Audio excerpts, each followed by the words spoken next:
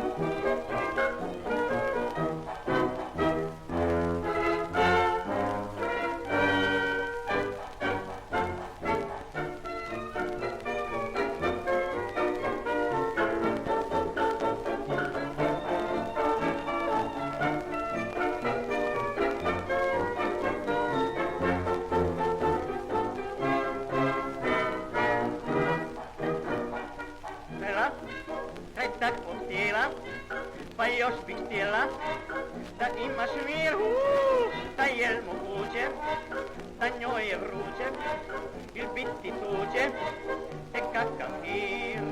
Kraj vode ona hrabro gazi, al ipak pazi na kosti. Ah, Izabela, ti ne bih htjela zbog krasnog tijela u vodu s njim.